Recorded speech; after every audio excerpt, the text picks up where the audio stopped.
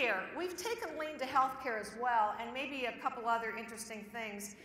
We've been self-insured since 1983. We were looking for how do you always contain costs. I mean, we've always been looking at how to contain costs, okay, since '83. About 10 years ago, though, we decided to establish a clinic on our campus because we had enough mass of people, we had 3,000 at that time, to be able to have some services. We started with the hearing tests and some of the occupational kinds of opportunities, but we've added primary care, okay? So you can go into our clinic, or a spouse can go into our clinic, and there is no wait, no paperwork, and no copay, okay? And average wait time 1 minute. We've done several Kaizen events in the clinic. And we get a lot of usage. We have, multiple people every day coming into the clinic for a little this or that. It takes them much less time than going even into our small town to go to the Pella Clinic. This is operated on a third-party basis, so it is operated under the guidance of the Pella Regional Clinic.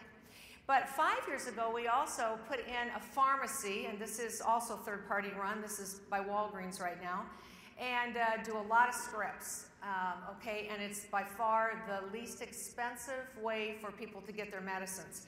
And part of the clinic also is a wellness area where every employee is encouraged, and every spouse or partner is encouraged to come in once a year, get your blood drawn, do the flexibility test, do your weight, all that. And then you get a counseling session with a wellness person to tell you about what are the things you should be working on, your cholesterol, your weight, smoking, whatever.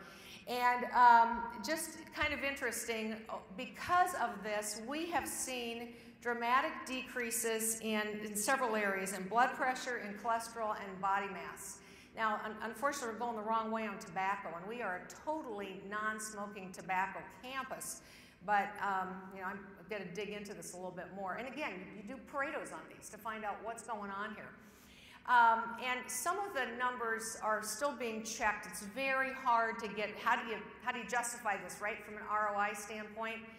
I can tell you that we have very good health coverage, and we are lower than the national average by quite a bit per employee, and even by the Iowa average.